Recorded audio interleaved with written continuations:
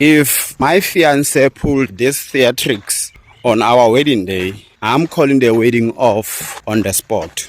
Here's the first one. For better, For better. for worse, For worse. for richer, For richer. for poor. For poorer.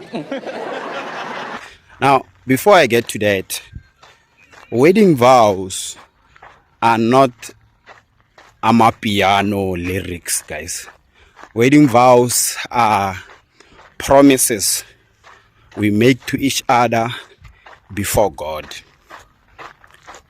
Wedding vows are obligations we make to each other before God on our wedding day.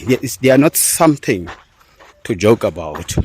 Now, she's having a problem with for poorer. Now, this doesn't mean that you have to marry a poor man.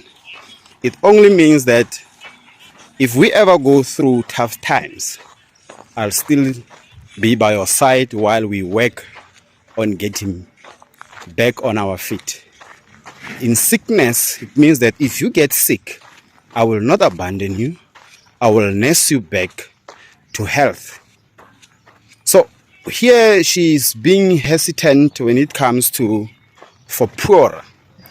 Now we have had so many occasions whereby a man lost the job, a man lost his business, a man went through a financial tough times, and the woman jumped onto the next highest bidder or the next guy who's doing better financially, or a woman just left the man and then she went on with her life. Now, this is a red flag to such situation. But as men, we take these things very lightly. Look at this simp of a husband giggling while he is being disrespected on his wedding day. Now, here's the second one. To love, To love. cherish, Cherish. and to obey. We didn't talk about that one in counseling. We did talk about that in counseling.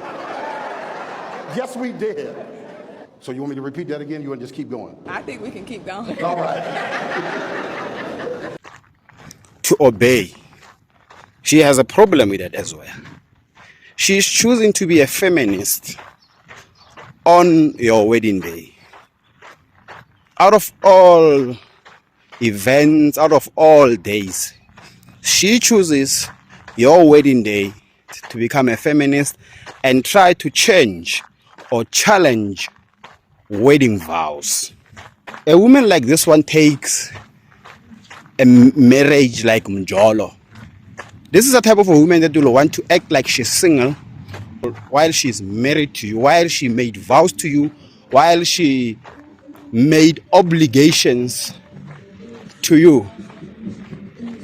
This is the type of woman that will go on and tell you that you don't own me, because she wants to act like she is single.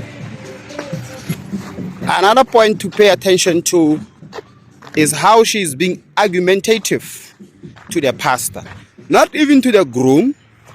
The groom, you can see, he's already emasculated, giggling to stupidity, giggling to disrespect.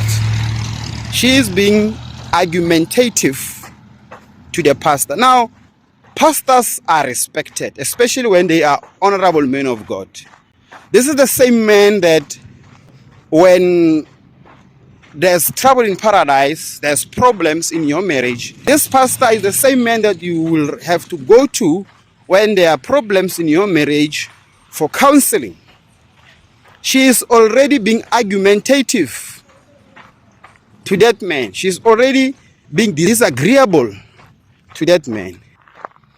This is a warning to call a wedding off. And most guys ignore this subtle disrespect all the time. Nah, it's just a joke. She's just being a strong woman, chief. This is not the right time. This is not the platform. Imagine how much you have spent on lobola, spent on the wedding organizers, dresses, everything. And then a woman pulls something like this. Do you think this woman will take your marriage serious? If she doesn't take your marriage vows serious, how is she going to take your marriage serious?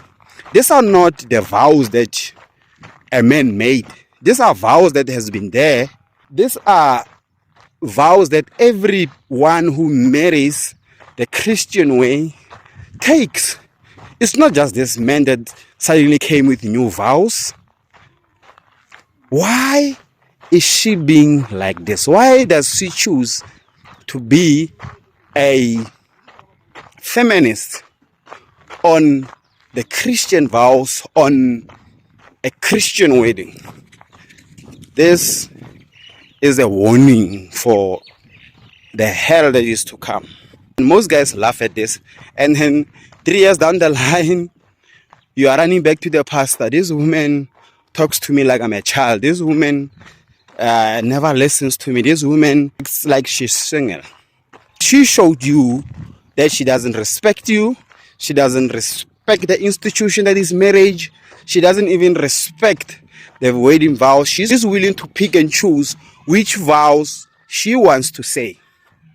Now, you can imagine that even in your marriage, she will still choose what she wants to do and what she doesn't want to do.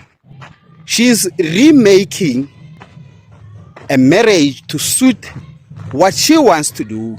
She's remaking a marriage and make it be like mujolo, whereby you don't have an obligation to your husband, you don't have an obligation to your wife. She's already turning your marriage into a mujolo on your wedding day, and then you're not picking that up. Next thing, you want to come to us and say, this woman just changed after 5 years. This woman turned on me after 10 years. No, my king. You ignored the red flags. You thought that maybe after I marry her, she will start to respect me. Maybe after I take her to church in front of everybody, this woman will take me serious. Chief, she is disrespecting you in front of everyone. She's even disrespecting the wedding vows. She's disrespecting marriage. She's disrespecting God. She's disrespecting the church. She's disrespecting the pastor. Everybody. By wanting to show everybody that, yeah, now she's a strong woman. She's a feminist. She picks and chooses which vows she wants to say. If my woman pulls something like this, guys, I will run for my life. I'll tell everybody, eat, drink, enjoy yourself, but the wedding is off. Get into my car, drove away, and never look back. If I have to call my lawyer for a divorce, I'll call my lawyer for a divorce. But I wouldn't marry a woman who would pull something so stupid and disrespectful on our wedding day just because, yeah, now she's strong. Yeah, now she's a feminist. You don't get to pick and choose your vows. Those are marriage vows. Those are marriage vows that have been there for thousands of years in a Christian religion, in a Christian faith, where now you want to come and pick and choose and then act like when you are strong at my expense, at the expense of our wedding day. The wedding is off. My friends be like, how come you not famous yet? I be like, you didn't share my shit. My friends be like, how come you not famous yet? I be like, you didn't share my shit.